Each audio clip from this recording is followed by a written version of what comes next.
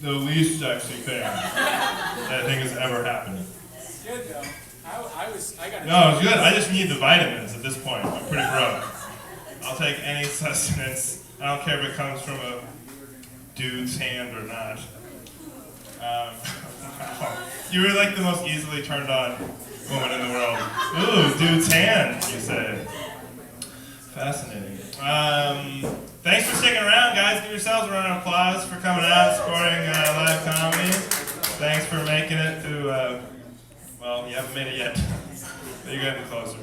I am broke, which is, I'm glad that I'm doing this on Valentine's Day. I'm actually not depressed that I'm with, that I don't have a girlfriend and I'm not going out to dinner. I'd be way more depressed if I had to spend like $45 tonight on a meal. That would ruin me. So I'm happy about being single, being here, doing comedy for free.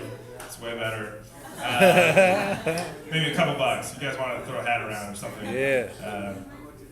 But here's the thing, and I know a lot of comedians joke about being broke, right? Because a lot of us are. And the last thing I want to do is be unoriginal, but I find it like that's my experience. There's nothing else. I would love to do jokes about skydiving and like fucking, Legoland and shit, but that stuff costs money. I don't have it, okay? So I have to talk about, and even if I did try and like not talk about being broke, you would just figure out that I'm broke because all my jokes are about shit that's free. You know what I mean? Like, why does this guy only talk about hiking and Murder, She Wrote and Costco samples and park concerts? That's all this guy's got. Yeah. Here's when I found out I was really broke. When I found $50 on the ground on Sunset Boulevard, and I didn't tell a soul about it. Because when you're just a normal dude, you find $50, you're telling everybody. You can't wait to tell your friends, and you're calling up your family. You're like, can you believe I found $50? This is awesome. But when you're like, you can't tell that story because you can't afford to just buy one beer for one of your friends. You're like, because that's the expectation is you're gonna have to spread it around a little bit. It's like if I got stranded on a desert island with a group, like we were survivors on an island, and I found a bag of chips. That first day, I'd be like, hey, group, chips! Let's eat tonight. We're gonna eat some chips, right? But if I found that bag of chips 2 weeks in and like the starvation has started to set in, I'm walking into the woods and eating those chips all by myself. And then I'm going to the campfire with some crumbs on my shirt and be like, what the fuck? Where did you get the crumbs? And it's sand, don't worry about it. So, yeah, I don't have any money.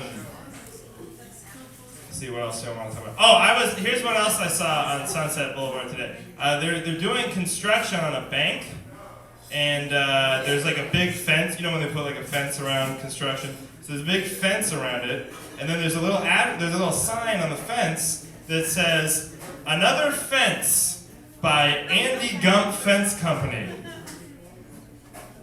There's pride. I get it being proud of your work. But then at some point it becomes insanity because it's a fence. It's a chain. Like no one's going like, oh yeah, that's a Gump right there. You can tell because it looks like every other fucking fence you've ever seen in your life. See the way the chains link? It's definitely a Gump. Chain link fence. I also take issue with the word another. Like they create a new fence every time. They didn't make a new. I have the feeling that fence has been used before, and they're just moving it around. It's not like they're creating a new fence. They have when a construction company is like, hey, another building brought to you by, Gherkin Construction. They are building another building. But when Gump is putting up a fence, they have 12 fences, all right? And when they still have 12 fences. They just moved it to a new location. That's all they did. So.